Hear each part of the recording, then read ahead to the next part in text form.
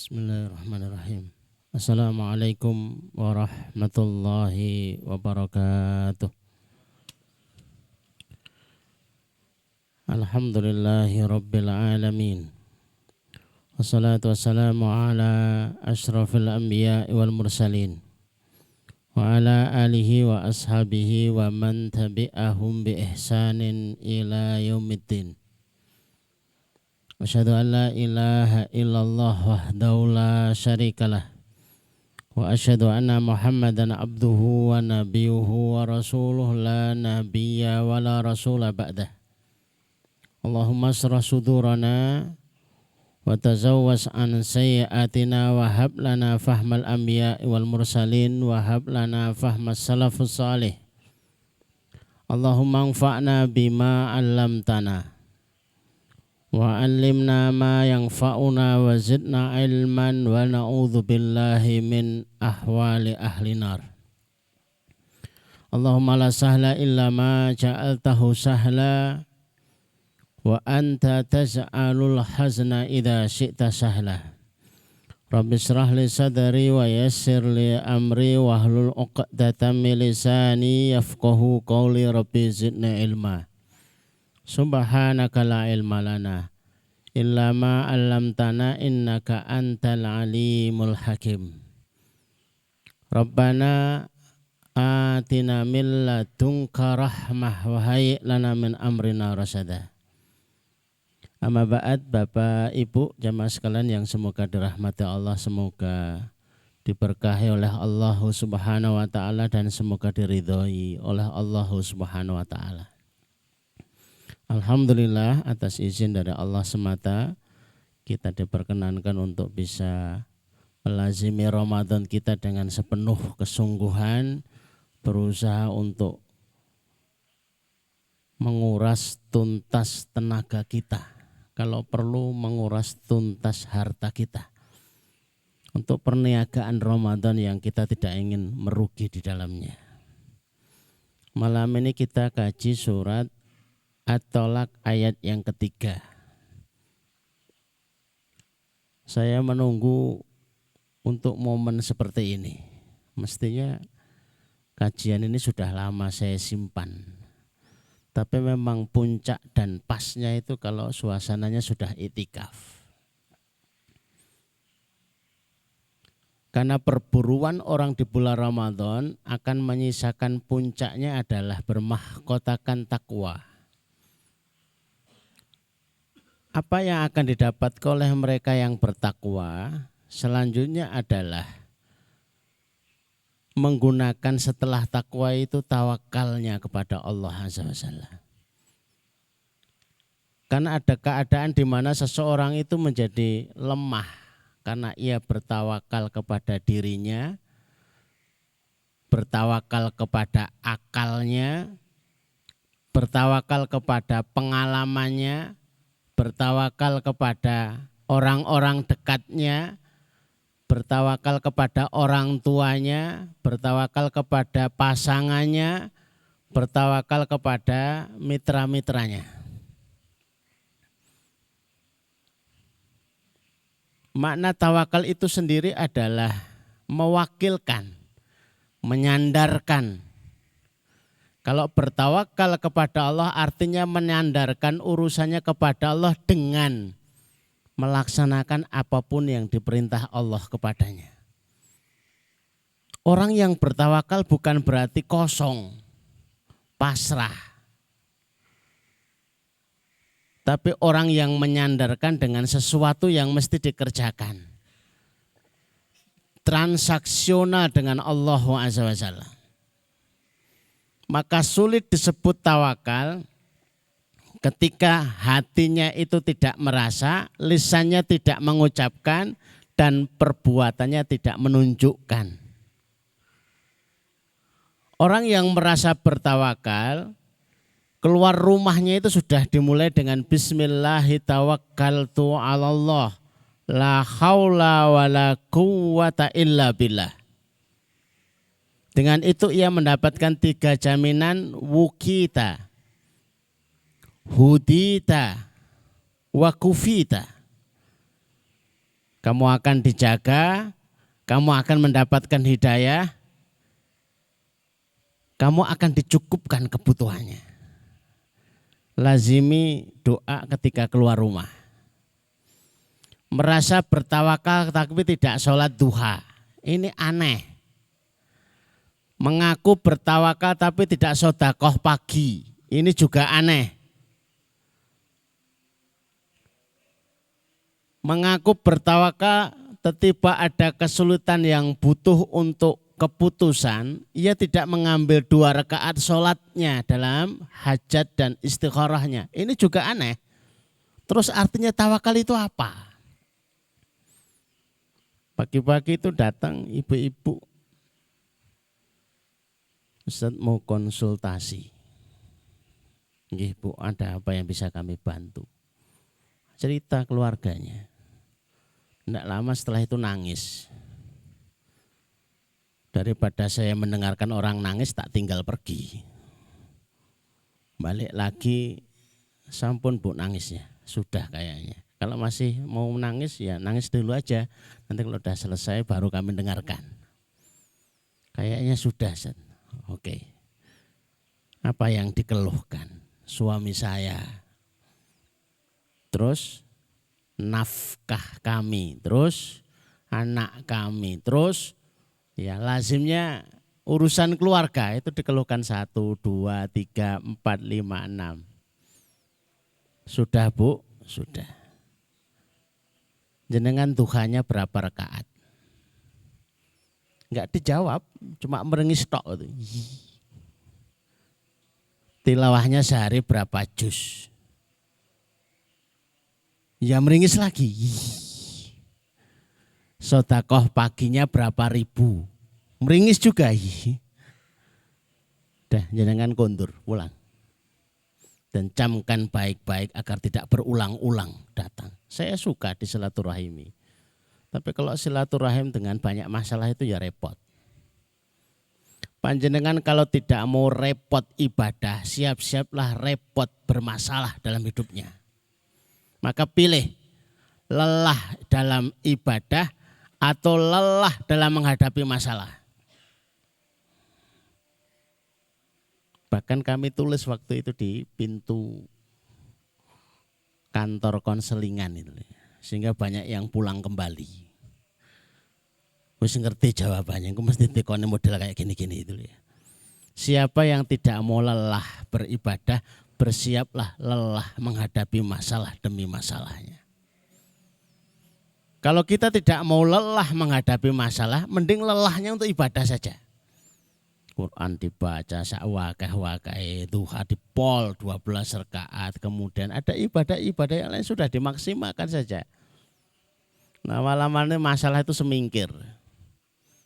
Sejarahnya tidak pernah menang masalah itu melawan doa yang diantarkan oleh ibadah-ibadah kita sekalian. Tapi seringnya masalah sudah duluan datang, ibadah dan doanya itu datang kemudian dan terkesan telat. Artinya tetap kena. Wa may yatawakkal 'alallahi fahuwa hasbuh. Siapa yang bertawakal kepada Allah, maka Allah yang bakal mencukupinya.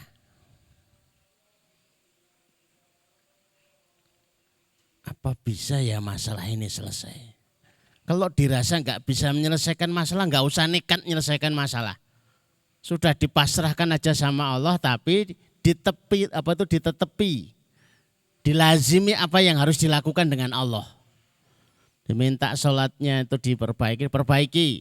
Diminta duhanya dikerjakan. Diminta ayatnya dilakukan. Biar Allah yang menyelesaikan. Berapa ukuran tilawah yang dihajatkan oleh kita, masing-masing berbeda satu dengan yang lain. Ada yang merasa cukup dengan 5 juz, ada yang merasa cukup dengan 10 juz, ada yang merasa cukup dengan 15 juz. Ada yang tidak cukup dengan one day one khatam. Dia harus menambah porsi lebih. Sesuai kebutuhan, sesuai dengan kuota masalahnya. Kalau masalahnya banyak memang dibutuhkan ibadah lebih, ya sudah ibadah lebih. Masalahnya ketika kami jelaskan kira-kira tawakal itu tempatnya di mana-mana, bisa saja kami jelaskan tapi ada 14 tempat. Ini kalau dipaksa menjelaskan ya kita tarawihnya jam 9 lah. Yang itikaf seneng-seneng aja, yang enggak itikaf waduh belai guys. Salah satunya adalah in talabtumun nasra wal faraj fatawakkalu alaihi. Jikalau kamu itu butuh pertolongan, butuh solusi, maka bertawakallah kepada Allah. Iyan surkumullahu fala ghariba lakum wa iyakhdulkum faman dzalladzi yansurukum min ba'dih wa 'alallahi falyatawakkalul mu'minun. Ali Imran ayat 160, barangkali mau dicek nanti. Jikalau Allah menolong kamu, maka tidak ada yang bisa mengalahkannya. Fala ghaliba lakum. Jikalau Allah ingin mempecundangimu, membuatmu itu kalah, tidak ada yang bisa menahannya.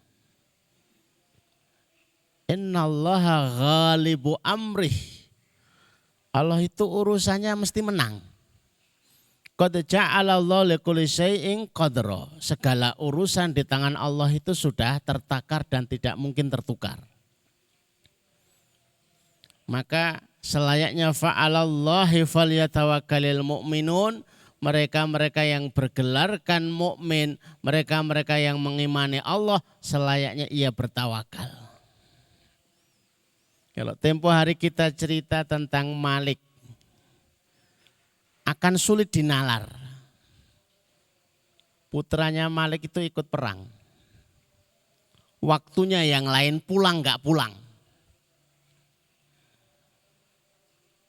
Ditanyakan kepada Rasulullah, ya Rasulullah putra saya kemana? Putra panjenengan tertawan musuh. Terus mau apa? Bingungi gitu loh ya. Berapa kali kita itu keadaannya mirip-mirip seperti ini ya. Waktunya jatuh tempo bayar hutang, tapi orang duit duit, modelnya kayak gitu tuh sering banget. Bahkan jadi pelanggan tetap. Pelanggan tetap kok masalah. Tapi Malik itu cerdas, ditemui lagi Rasulullah, ya Rasulullah kalau seperti ini apa yang harus kami lakukan? Pulanglah. Bersama istri bacalah la haula wala quwwata illa billah. Cerdas yang pertama untuk menjadi teladan bagi kita. Cerdas yang kedua, Malik itu akan terus membaca la haula wala quwwata illa billah dan tidak akan berhenti sebelum betul-betul mendapatkan solusi. Itu yang membedakan sahabat dengan kita. Kalau kita disuruh istighfar, belum ada solusi, cepat-cepat ngeluh. Katanya suruh istighfar, kok nggak ada solusi. Seakan istighfarnya yang salah, seakan ustadz yang menyarankan istighfar lebih salah lagi. Setialah kepada petunjuk Allah, setialah kepada petunjuk Rasulullah. Kalau belum selesai ya sudah. Butuh tempaan, butuh latihan. Ya kalau disengat tawon itu ya sudah Al-Fatihah itu doanya, ya sudah Al-Fatihah. Al-Fatihah yang mana? Ya Al-Fatihah itu. Enggak ada yang lain kok Al-Fatihah itu. Itu dibaca berapa kali. Itu dari depan apa sungsang. Aduh repot banget gitu loh ya. Kami dulu ketika belajar seperti ini melaziminya tidak mudah. Ketika dintub tawon ya kita baca sekali. Alhamdulillah orang mari. Melentung bede tawon das. Tapi karena petunjuknya Al-Fatihah saya akan terus membaca Al-Fatihah sampai itu kan selesai. 2 kali, 3 kali, 4 kali, 5 kali tetap senut-senut. Kita tenan pora, mulai kita ragu. Pada pengulangan Al-Fatihah yang ke-11 kali, bengkaknya masih, senut-senutnya hilang. Alhamdulillah, berarti manjurnya Al-Fatihah yang ke-11. Tapi tetap akan setia kepada Al-Fatihahnya. Karena Rasulullah menyebutnya, bukankah Al-Fatihah itu ruqyatun? Al-Fatihah itu obat. Menjadi kendur, menjadi berkurang karena kita mulai cepat-cepat beralih. Kita ora manjur, kita ora. Zaman Umar Khattab itu kalau istri mau melahirkan itu dibawakan Al-Fatihah, dibacakan sekali, kemudian di air terus diminumkan. Istrinya Umar Khattab itu bidan, Ummi Kulthum.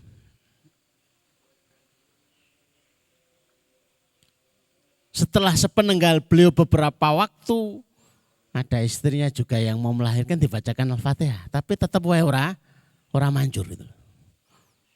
Itu Umar berkata kok iso? Ini kok enggak bisa? Ya, jawabannya sederhana.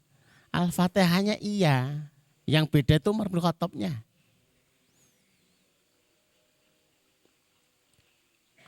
Imam Ahmad bin Hanbal dikeluhkan kepadanya ada yang kesurupan.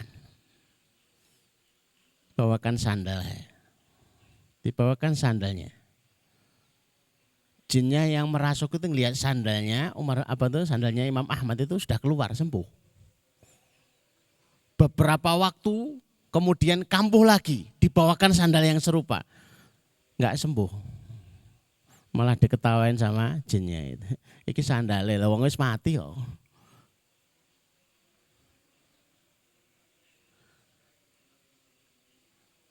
Maka mulai dari dia ketemu Rasulullah pulang Malik bersama istrinya itu membaca la haula wala quwata illa billah, la haula wala quwata illa billah itu sampai menjelang subuh. Coba lah kalau panjenengan hitung itu berapa ribu kali atau mungkin berapa juta kali. Menjelang subuh itu baru diketuk pintu. Dilihat putranya pulang. Ini putranya beneran apa jelmaan? Maka dicek oleh Malik. Kok bisa pulang? Saya ditawan musuh. Tangannya dibelenggu pakai besi. Tapi tidak tahu bagaimana ceritanya tiba-tiba besi itu mengendur. Terus bisa melepaskan diri. Bisa terlepas dari pengawasan para penjaga. Hebatnya lagi masih sempat-sempatnya itu bawa kambing pulang. Bukan 1-2 ekor tapi sak rombongan. Kok yo sempat-sempat wong tawanan mulai bawa rombongan kambing modelnya piye gitu. Memang ceritanya enggak nalar. Ditambahkan lagi kami bawa pulang menuju Madinah itu terasa kami itu terbang. Malik khawatir ini beneran putranya atau bukan. Jangan-jangan jelmaan atau ada cerita lain. Maka lapor kepada Rasulullah. Ya Rasulullah ini gimana anak saya ini. Jangan-jangan ada sesuatu yang aneh ini. Baru Rasulullah mendapatkan wahyu dari Allah. Wa may yattaqillaha yaj'al lahu makhraja wa yarzuqhu min haitsu la yahtasib. Siapa yang bertakwa kepada Allah akan memberikan solusi jalan keluar dan diberikan rezeki yang tidak pernah disangka-sangka. Iso ngiring kambing ora konangan bisa seperti terbang itu tanpa disangka-sangka. Baru ayat setelahnya wa may yatawakkal 'alallahi fahuwa hasbuh. Ya kalau menyerahkan urusan kepada Allah melalui takwanya dalam bentuk tawakalnya, Allah lah yang akan menghandle urusan-urusannya. Allah yang akan menjamin selesainya urusan-urusannya. Saya tahu datang ke tempat iktikaf itu berat, mesti banyak tanggungan. Atau jangan-jangan datang ke iktikaf karena lari dari masalah. Dan tidak perlu lari, ada motor. Tapi pernah ada yang cerita, adiknya mau menikah, tidak punya uang, Waduh bingung. Itikaf pora. Kalau itikaf belum siap-siap, nggak punya uang sama sekali kok dadak pengen nikah barang. Gitu. Tapi dia ingat bahwa dia itu itikaf untuk memenuhi perintah Allah, untuk meneladani yang diteladani oleh Rasulullah. Berangkat. Dalam proses itikafnya ia berdoa kepada Allah. Begitu pulang itu sudah ada yang nyambut. Mohon maaf nun sewu. Adeke panjenengan kalau daftarkan nikah gratis. Bahkan dapat hadiah. Enggak, izinnya hampir menyulut emosi. Tapi karena dibilang gratis jadi hilang emosinya. Bahkan dapat bingkisan sekitaran 10-15 juta. Nah, itu cocok. Digoleki tenan waktu itikaf ya susah. Iki rasa digoleki kok malah didatangi. Masya Allah.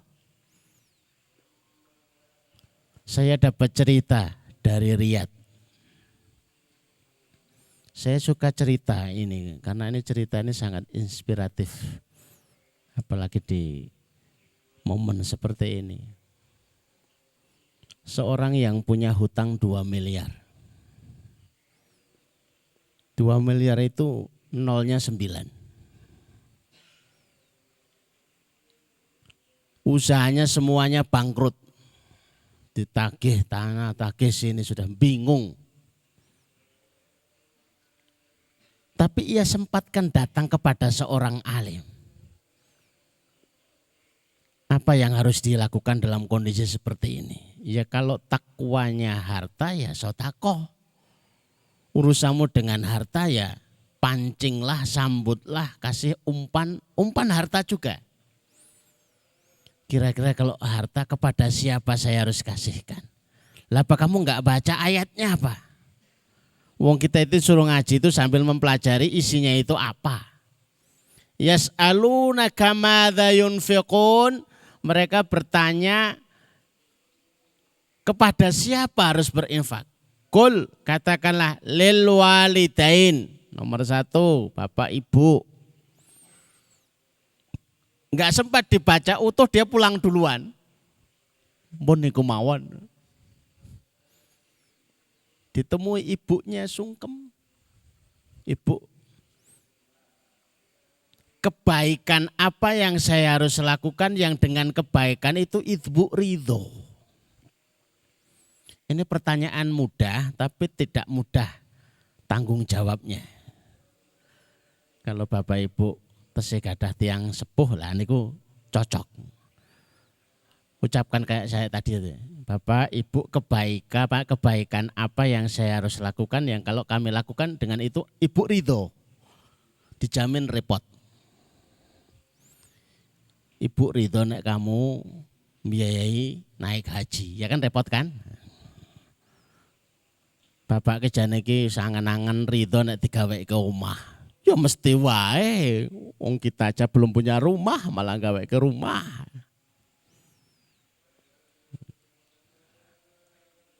Jadi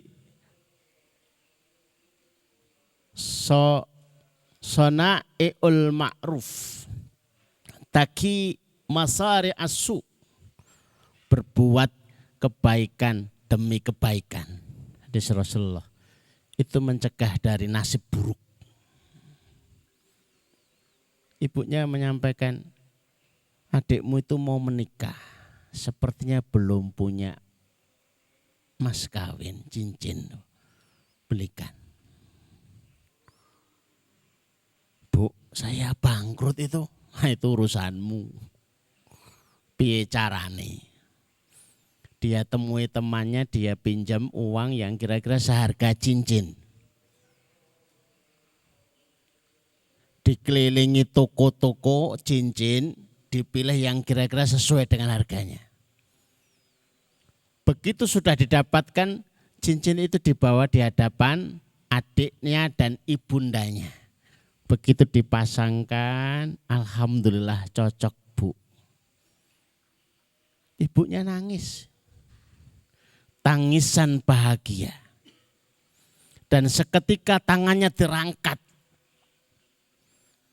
Para bapak dan para ibu kalau ridho dengan putranya itu doakan.